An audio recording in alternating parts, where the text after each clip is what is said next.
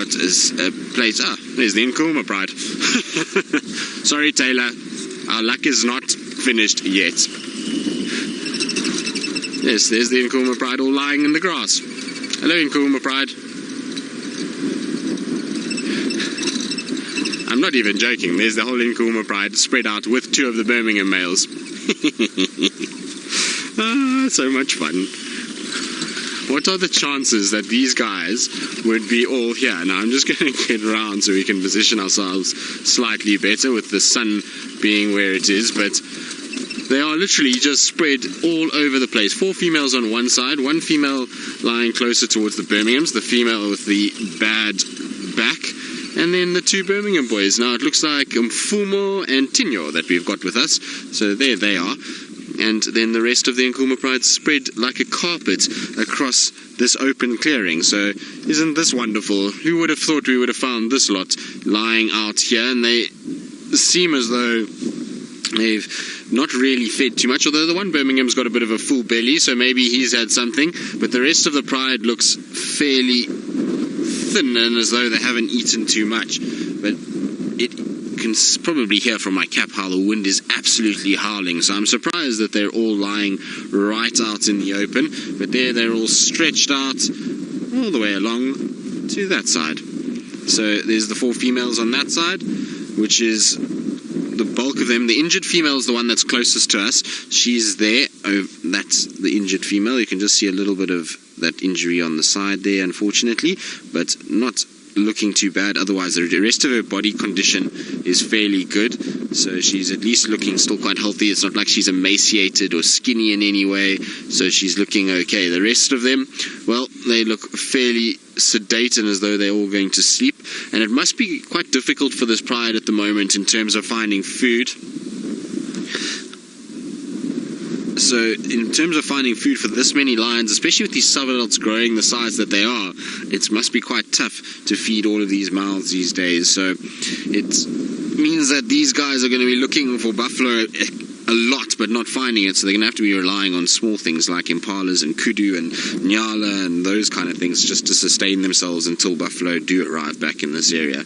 Now, I believe some of you are saying that we have all the luck and that we are the cat whisperers. Well, no, I don't think so. Like I say, it's this time of the year. It's always the silly season around the dry period, and this is why I love September, October. I always say it's my favorite time of the year, and the reason why is because it's typically at the driest point, but we're getting the warmer temperatures, which means we don't have to stress too much about getting cold, although today it is fairly cold. But the cats come out, and all animals do, because they're so dry. They all have to congregate around certain areas, and that makes it then much easier for us to find them. So I'm just lucky at the moment, that's all. I think it's Senzo and Seb that bring all the luck. I just drive where they tell me to. But everybody is looking very sedate. But there is a lot of blood on their faces. They did get something. So if you look at the female that's actually got the injury, so Tinyo, you can see his belly's quite full. But if you look at the female's mouth that's got the injury, if we go tight in there, it looks like there's blood on that muzzle. There we go. You can see that sort of reddish smudge that she's got. So they definitely caught something last night. What it was is anyone's guess. Is not really full bellies. So I think they must have had something relatively small. It also looks like Tinyo ate most of it in that whole feeding process because his belly is the biggest of them all.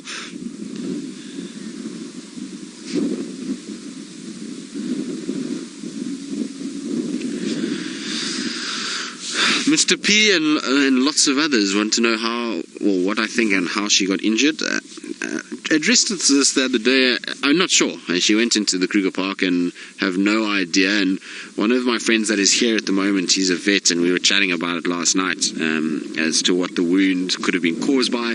And he's even not sure himself. He was thinking maybe a buffalo, but there's no hole there that would define a buffalo's horn, so it's difficult to say. But either way, whatever it was got hold of her, and then it either ripped up and pulled a chunk off, so it could have been something like a lion or a hyena, but there's no other sort of defensive wounds on her body, so there's no bite marks around her legs or even along her spine area, so difficult to say what exactly has caused it. Could have been a buffalo that like I said, got to her. It could have been lions, it could have been hyenas. There's so many different causes of that.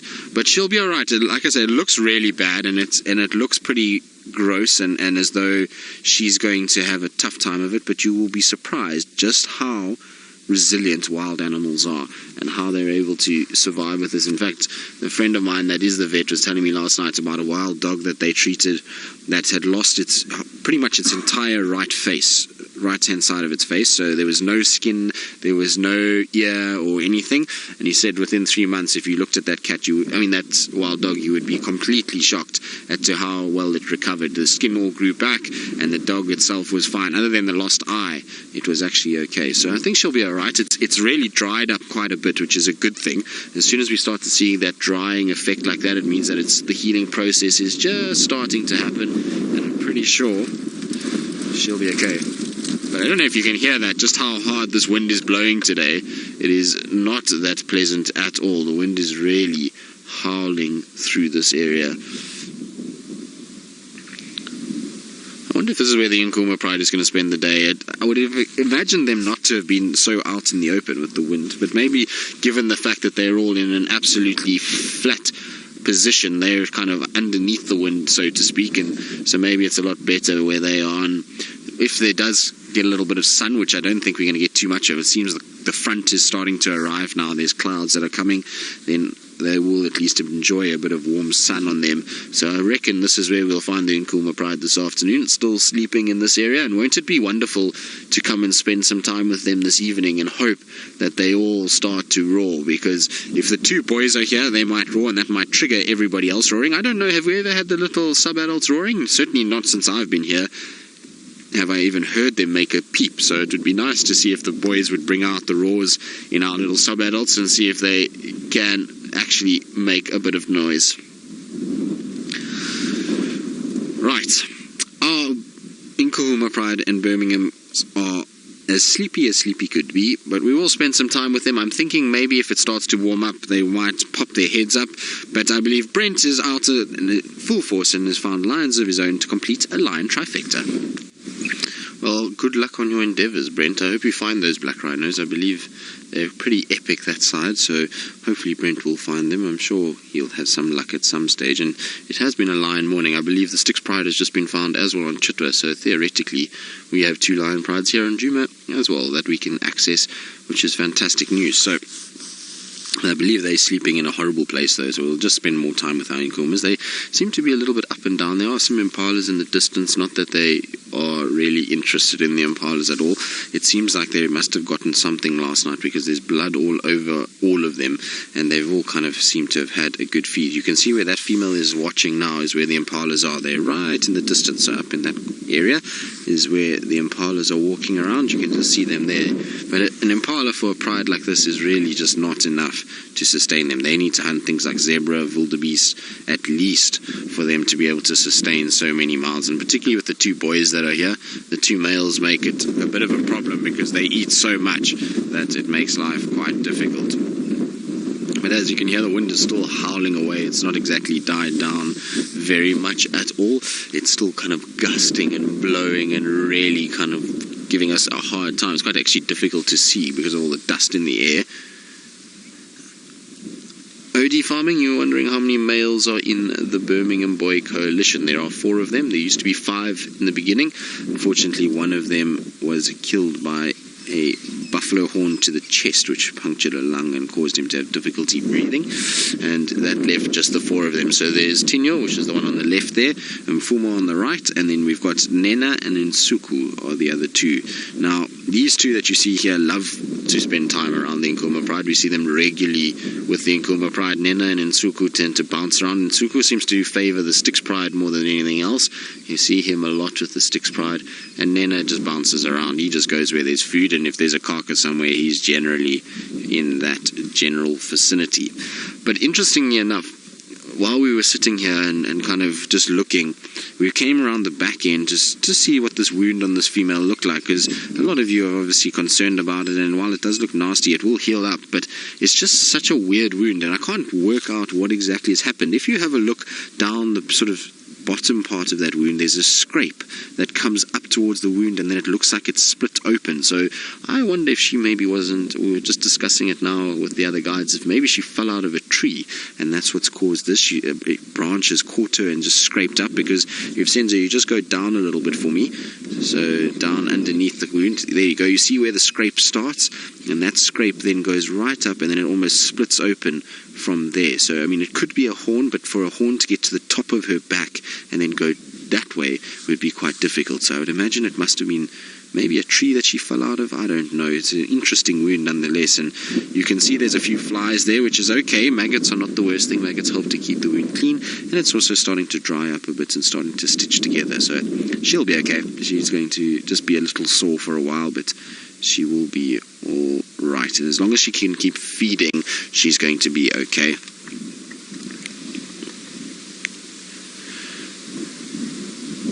Jared's buddy, you're asking if the rest of the pride will hunt for her while she's injured. Well, Jared's buddy, she's still walking around and she'll still participate in hunting. Lions are very hard animals, and the other day we saw, well, we didn't see her, but the other guys saw her walking, and they said to me that she's not limping heavily at all, so she'll participate in hunts most definitely, and definitely try and contribute to the pride's success when it comes to hunting. She's not going to hold back, and an injury like that, while it looks horrific, is pretty much a flesh wound more than anything else. It's not like Tundi and Shadow that have ligament or muscular sort of injury within their legs that makes them hobble around.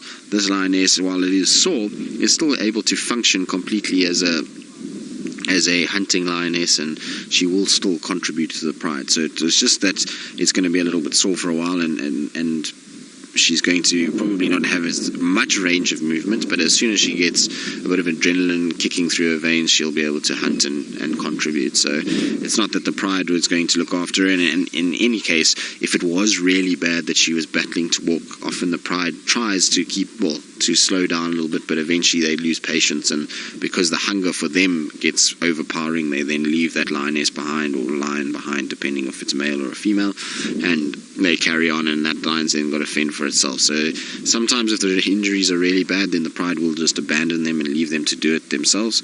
But the fact that she's keeping up with the pride wherever they're going means that she's mobile enough that they're not too worried, and especially if they were hunting last night and she was with them, it's a very good sign that she's doing okay. You see the few cubs are rolling around now. Oh, a bit of a stretching as well.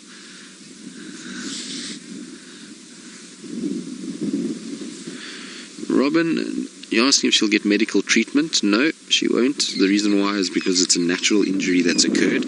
So here in the Sabi Sands, the protocol is if it's caused by nature, we don't interfere, because regardless of if we were here or not, that would have happened, and this is nature's way. Sometimes certain individuals that unfortunately will be sort of extinguished by nature, and that will be bloodlines that potentially are a little bit weaker, and so it's nature's way of kind of strongest will survive.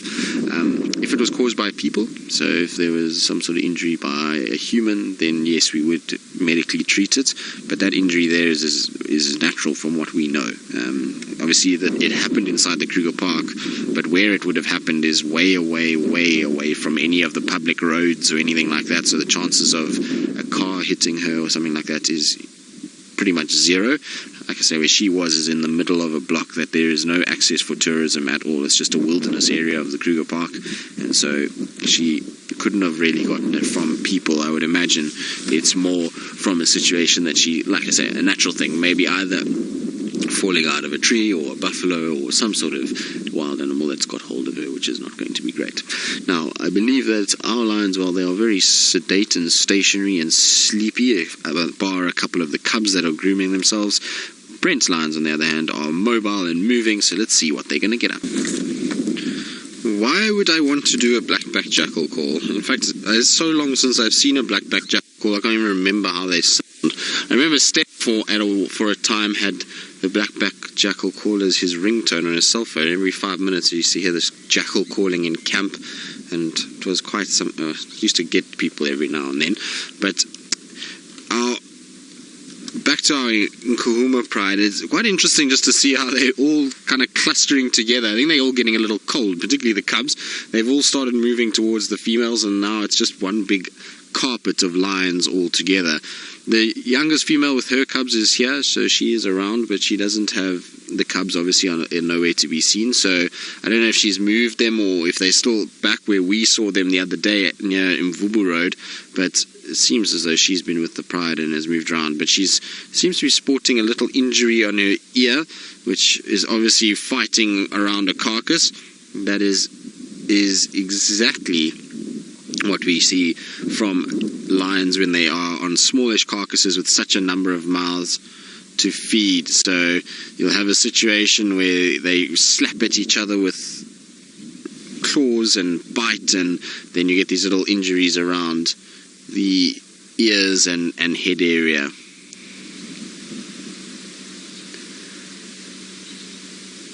There's still a little bit of grooming going on, lots of blood all over them that they need to get rid of, so you'll find they'll groom quite a lot now just to get those coats into better shape again. Blood and things congeals the coat and it makes it all full of mess, and so they hopefully will just get rid of all of that, and that's why there's been quite a bit of grooming happening over the last little bit. You can see one is being groomed nicely and is absolutely loving it to our right hand side, this little female. Does that not look like the picture of absolute Sunday morning bliss for that lion? Is being groomed lovely by look at that. How cool is that? And head is passed out, like I say, Sunday morning grooming.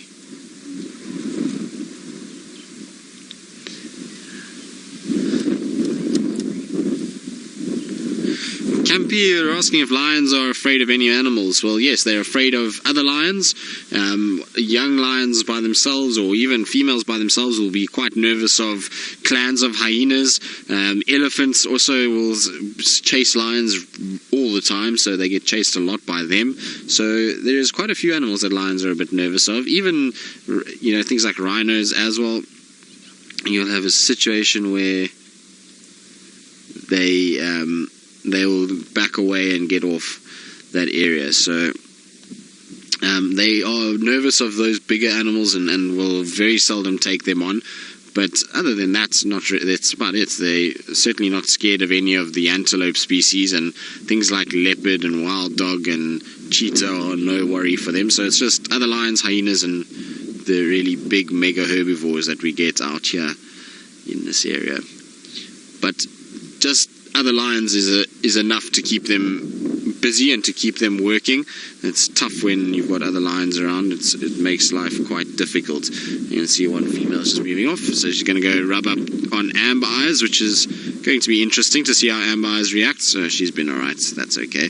So you may be wondering why I know that's Amber Eyes. She had her head up just now and I could see nicely that she has those amber coloured. Sabrina, you're asking if lions eat people. Yes, the Nkuhuma Pride is very fierce. They have consumed a number of people in their time. No, I'm just kidding. Lions do eat people, and there has been many a reported case of man-eating lions. So I think earlier Taylor was discussing the man-eaters of Savo, or the Savo lions, and so there was very famous males in that area that killed a whole bunch of people. And then there's been lions in Tanzania and lions all over the place that have gone after people. Even here in Kruger, there's been a number of lions that have killed people. At the end of the day, they're big predators, they're meat eaters, and a lot of the time when they've had incidents with lions eating people, it's either been old individuals or sick individuals that are battling to hunt other species, or it's people that have been silly enough to do stupid things around lions and end up getting right in between them, and that causes them to get attacked. And once you have a situation where a lion grabs onto somebody, even if it's just trying to defend itself, and it tastes that blood and realizes that this could potentially be food, then you'll find that they will start to do it more often, and it becomes almost learned behavior to hunt down people. So there is a very real risk of being eaten by lions. In fact, there was somebody that was eaten by lions here in the Sabi Sands at Chitwa airstrip. So there was one of the trackers was eaten by lions there, and which was quite a while ago. That was about, I'm trying to remember now, it was 2001, I think, somewhere around there. It was a long time ago already, but it does happen. There's most certainly, these things do take place, and lions, like I say, are the apex predator out there, so you've got to be careful around them. Luckily though, most of the lions that we have here in the Sabi Sands are very used to the vehicles and very used to even people on foot, because they get tracked and they see people on foot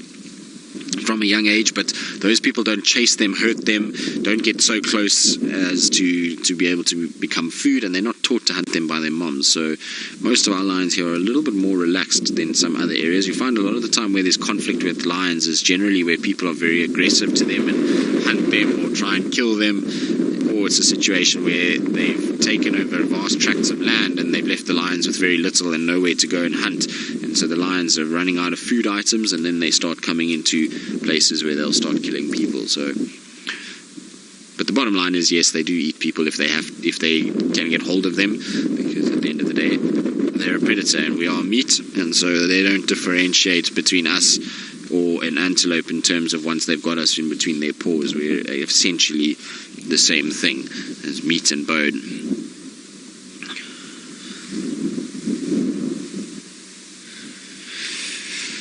Right, I think what we'll do is we'll probably sit a little bit longer with these lions. It's the sun's starting to come out. The two Birmingham boys just now are shifting a little bit. They're sleeping again now, but hopefully they'll get up. And while we do that, let's go back to another set of lions with Taylor McCurdy in the Mara. Well, Brent, she's doing okay. She's just been grooming it and licking at the wound very tentatively. Obviously, it's quite sore, especially with that rough tongue of hers. So she's just been doing a little bit of maintenance. You can see she's grooming around that area. I'm sure there's a bit of blood that also gets onto her coat from that wound, and so it's still seeping a little bit. So she's just, you see, she's very gentle around that area, and I'm sure it's quite painful, but she's just keeping it clean, and this is how she has to do it in order to be able to get it right. And you can see, look there, she's grooming it. Shame, my girl, is that a bit tender? I would imagine it's very tender. See, she's gentle though. Look, she's amazing how much more gentle she is than she would be if it was the normal coat. Helen, you're asking if lions have healing properties in their saliva. No, not so much. In fact, actually, their saliva for us as people is very bad for us. It's got lots of bacteria that can cause all kinds of things. But what it is that she's doing is she's grooming and she's getting rid of any sort of parasites that might be getting in there. She's also cleaning, getting rid of any dirt. So her rough tongue is getting out the dust and dirt and all the other stuff that could cause a little infection to start. So even though they've got a lot of bacteria in their mouths that for us as humans, they're able to deal with that bacteria, but they're able to clean it and keep the dirt and horrible stuff out of it, as well as controlling the parasite numbers inside there. So that's why she's getting in there, and she's just getting rid of all of that and just making sure that the wound itself is kept basically washed, if you want to call it that. But there's no antibacterial properties that are in her saliva. Remember that these guys eat rotting meat and all kinds of other things, and that means that they do get a little bit of a nasty mouth with a bit of bacteria. And in fact, whenever you're dealing with lions, you've got to really be very careful and wash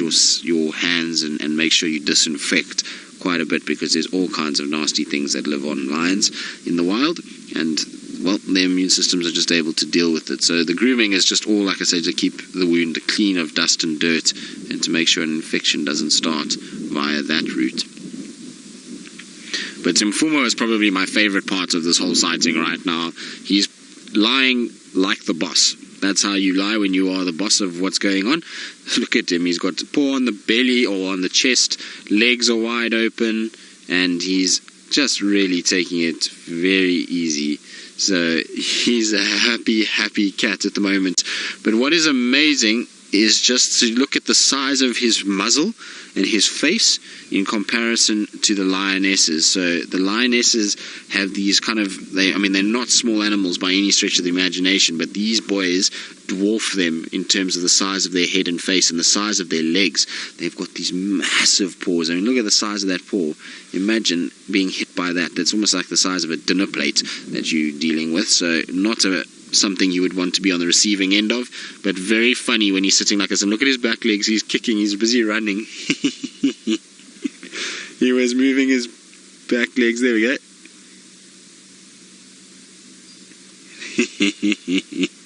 Are you dreaming, Mfumo? So he's obviously having a good dream about chasing something or other, because the back legs were moving around and he was kind of kicking them. He's stopped now, but that was quite funny. Like I said, that is the sort of quintessential king of the area lion mode that you see right there. It's as good as it gets in terms of a male lion. If you want to see them moving. Now, I wonder if our injured female is going to move. It looks like she might get up soon. She's kind of looking around, so I'm hoping that she will get up, because I really want to see how she's walking. I would imagine she must have somewhat of a limp. The guys say they didn't see her limping, but there must be some sort of limp on that leg. It can't be pleasant when she's walking, and so I want to try and just see how much discomfort she's in. But watching her groom there was actually quite interesting, because she was basically grooming, and you could see there's a fissure between that muscle, and it's actually not as bad as I thought it would be. It's not right down towards the bone. She's able to kind of lick the meat and just kind of clean it all out, and you can see the flies landing back on there again now. But it's not as bad as I thought it would be, and she's certainly, if she's putting her muzzles deep into that wound and grooming, it's not as painful as I thought it would be either. So she's obviously doing okay, and just shows you how strong and how tough lions can be to deal with something like that and still be able to groom it. If you had to do that to a person and say to them, right, I'm going to clean this out with a rough sponge, they would be in serious pain and probably shrieking and going crazy. Yet this lioness just does it on her own and is still moving around and walking with the pride. It's quite incredible, actually.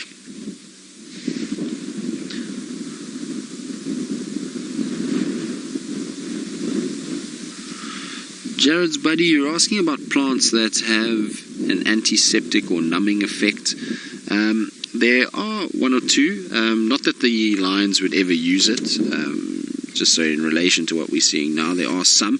Now in the summer, the winter months, difficult to show you a lot of them. Most of the ones that I know of are pretty herbaceous in their treatment of things, but I know that the guys will use a variety of different plants. So in terms of pain relief, the Tambuti plant, for especially toothache, they say if there's an infection, that the latex from Tambuti will help clean up the infection and also deaden the pain. So that's a sort of pain reliever. The devil's thorn has got an antiseptic property in it, so when you mix that with water, it goes quite soapy, and that's got a bit of an antiseptic to it. So that's another one that we have. But now in the winter, you don't see devil thorn much at all. It's a more summer growing little kind of low creeper to the ground. Just trying to think what else is out here. There's so many, and I'm just drawing a blank all of a sudden. When it comes to summer, I'm just trying to think of the other herbaceous plants that they use as antiseptics. It's always one of those things when you want to think of something and you just forget completely. I'll get to it, so eventually it will come to mind and I'll remember some of the other plants. But like I say, devil thorn is one, and the Tambuti for deadening of pain is another. So as they come to me, I will remember, and I will try and get a more comprehensive list in the next little bit as I'm sitting here thinking about it. I will tell you one thing though, the weather is becoming more foul by the minute. It's really not very pleasant out here. In fact, my eyes are burning from the amount of dust that is being blown into them, and clouds are coming in from the eastern horizon at the moment. They're slowly but surely moving this way, and it's getting cloudier and cloudier.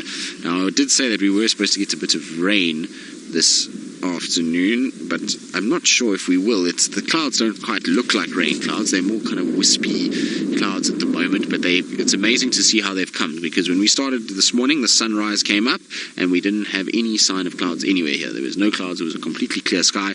Now the whole eastern and northern horizon is pretty much a clouded bank, and it's just coming over as we're going. And it's interesting because now it's a weather system that's coming off the Mozambican channel as opposed to a weather system that comes off the Cape area.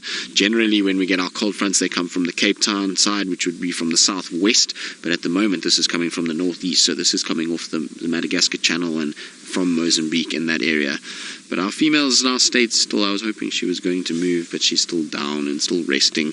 Mfumo is still down. Tinyo is still down. Tinyo popped his head up just now while we were off air and was looking ever so regal, and then decided just to flop back down again. And I think there's going to be very little movement from this pride for the rest of the morning. So I probably will move on fairly shortly, try and go and have a look for other things and just see what else is around. There's really kind of no updates that are on the radio, so it might be just nice to bumble around in areas that we haven't driven for the last few days, given that we've been so concentrated around Twin Dams and the Mulawati.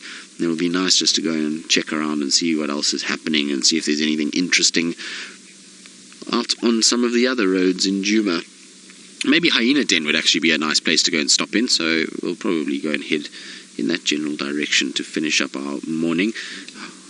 Hopefully the Hyena Den will be active. Now, there we go, Megan. So Megan, I lost Megan again. This earpiece is driving me crazy, but we'll try and keep hold of it so that I can hear Megan for a little bit longer.